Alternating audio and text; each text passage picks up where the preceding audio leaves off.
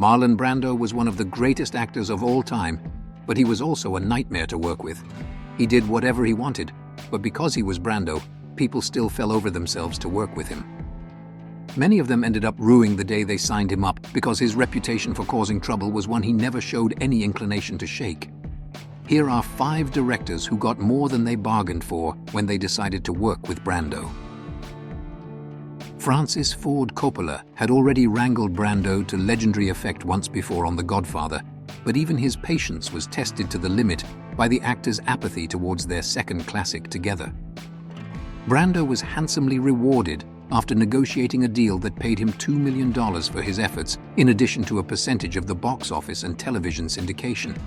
But even that wasn't enough to convince him that getting the finger out was worth it. Turning up so overweight he had to be filmed in the shadows, Coppola was forced to hastily rewrite the ending because Brando was too portly to perform the scenes as written. While he grew so disdainful of Dennis Hopper, he refused to show up on set if he was in the vicinity.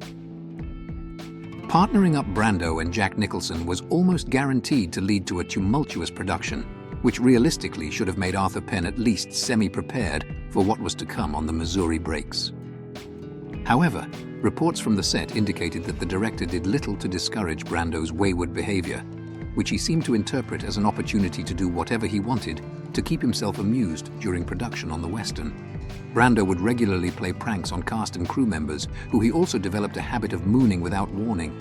He'd deviate from the script, improvise on the fly, and even reportedly bit into a live frog he pulled from the river when he wasn't using his prop gun to fire shots at grasshoppers.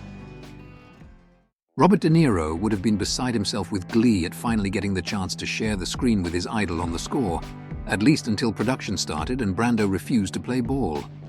Frank Oz's prior association with the Muppets made him an easy target for Brando, who'd regularly refused to be directed by the filmmaker he denigratingly referred to as Miss Piggy.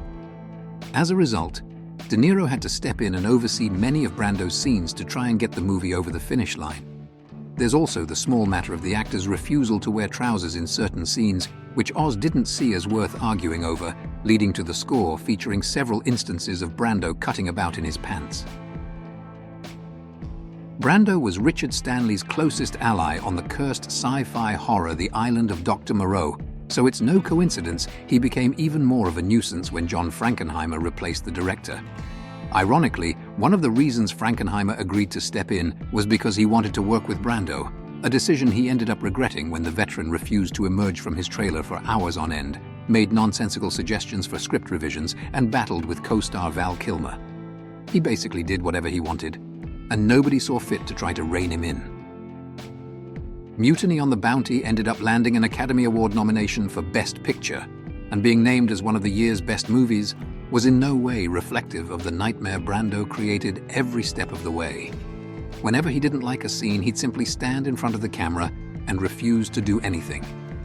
When he did agree to do the job he was paid to do, it was only if the script had been revised to his satisfaction, and even then, he was a difficult person to coax onto the set in the first place. Thanks almost entirely to Brando, Mutiny on the Bounty went months over schedule and vastly over its initial budget, with director Louis Milestone far from the only person involved who couldn't wait to rid themselves of the star.